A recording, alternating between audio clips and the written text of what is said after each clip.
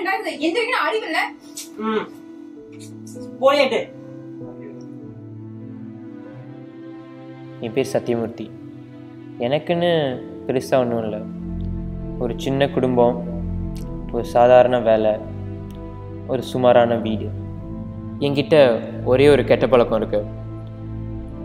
நான் தினமும் lottery ticket வாங்குவேன்.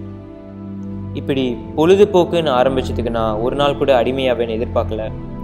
இதனால் வீட்லேயும் எத்தனையோ பிரச்சனை. அந்த பணத்தெல்லாம் நான் சேமிச்சிருக்கலாம், இல்லை என் பொண்ணை கூட டான்ஸ் கிளாஸ் அப்படி இப்படின்னு அனுப்பியிருக்கலாம். ஆனால் நான் அந்த வீணாக போன லாட்ரி டிக்கெட்டே வாங்கிட்டு இருந்தேன். அப்புறம் ஒரு நாள் வாங்கின லாட்ரி டிக்கெட் ஜெயிக்கிற நம்பருக்கு ரொம்ப பக்கத்தில் வந்துச்சு.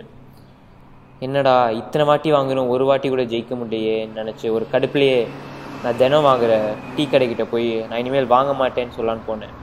ஆனால் அன்னைக்குன்னு பார்த்து டீ கடை முடிஞ்சிச்சு. சரி டீ கடைக்காரன் வர வரைக்கும் வெயிட் பண்ணலான்னு பார்த்தேன். அப்போ தான் அவன் வந்தான். தம்பி சொல்லுங்க. படிக்க தெரியாது, லாட்ரி டிக்கெட் வாங்க, கொஞ்சம் நம்பர் பார்த்து சொல்கிறேன்.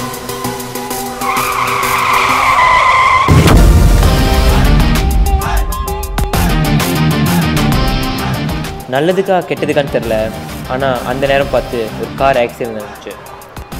என்கிட்ட லாட்ரி டிக்கெட் படிக்க சொல்லி வந்த பால்காரன்கிட்ட தான் ஜெயிக்கிற நம்பர் இருந்துச்சு.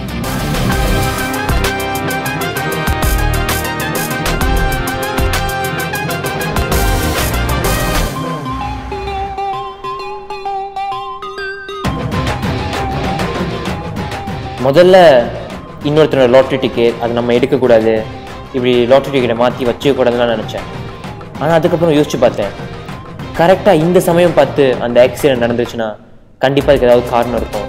கடவுள் தான் எனக்கு உதவி செய்கிறாருன்னு நினச்சேன், நம்பினேன்.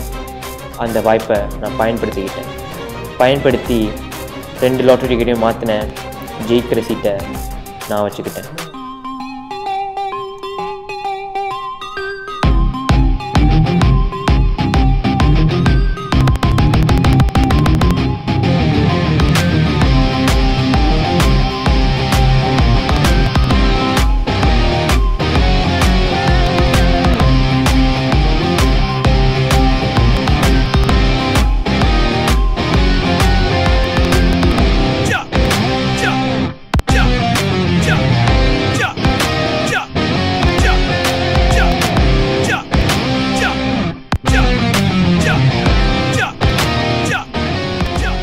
இப்படி அந்த படிக்க தெரியாதவனை ஏமாத்திட்டேனே, நான் செஞ்சது சரியா தப்பா, இப்படி நான் செஞ்சுருக்கலாமா அப்படின்னு என் மனசுக்குள்ள எத்தனையோ கேள்விகள்.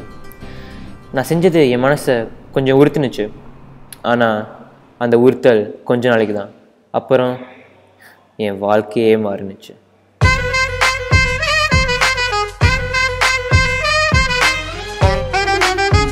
இருந்த வேலையை விட்டேன். வந்த பணத்தை வச்சு புதுசாக ஒரு பிளாஸ்டிக் கம்பெனி ஆரம்பித்தேன். தேவைப்பட்ட மிஷின்ஸ், இடம் எல்லாத்தையும் நானே வாங்கிட்டேன். சிம்பிளாக சொல்லணுன்னா புது வேலை, புது வீடு, புது கார், ஒரு புது வாழ்க்கை, ஆடம்பர வாழ்க்கை. இப்படியே ஒன்றொன்னா எல்லாம் கூடி வந்துச்சு. என் பொண்டாட்டி ஆசைப்பட்ட மாதிரியே என் பொண்ணையும் நான் டான்ஸ் கிளாஸில் சேர்த்தேன். அங்கேருந்து அவளும் ஒவ்வொரு படியாக முன்னேறி ஒரு நடிகையானா. இது மாதிரி வாழ்க்கை நல்லா சந்தோஷமாக இருந்துச்சு, எல்லாம் சரியாக போயிட்டு இருந்துச்சு. ஆனால் திடீர்னு ஒரு நாள் எல்லாம் தலைகீழாக மாறினுச்சு. முதல்ல நான் என் முழு கவனத்தையும் வேலையில் செலுத்தினேன். என் பொண்ணை நான் ஒழுங்காக பார்த்துக்கல. அவள் தெரிஞ்ச ஒரு பையனோட பேசி பழக ஆரம்பித்தா. மெல்லமாக என்னை விட்டு விலக ஆரம்பித்தா.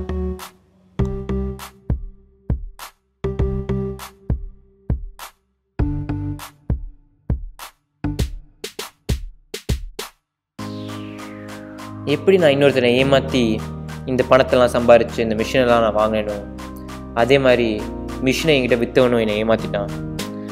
நான் வாங்கின மிஷின் எதுவும் கடைசி வரைக்கும் என்னை வந்து சேரலை. அப்புறமா தான் தெரிஞ்சது விற்றவன் என்னை ஏமாற்றி பணத்தை சம்பாரிச்சிட்டான்.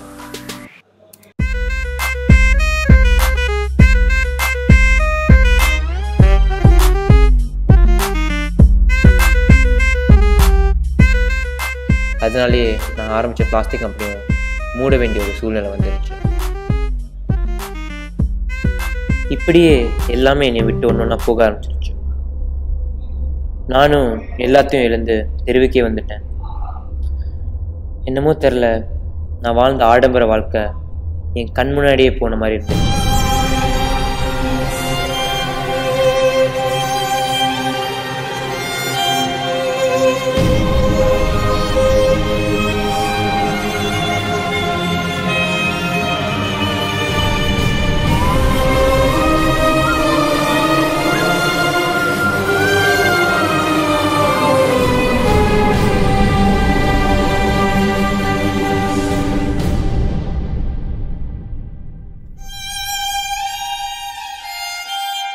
கஷ்டப்படாம எதுவும் கிடைக்காது.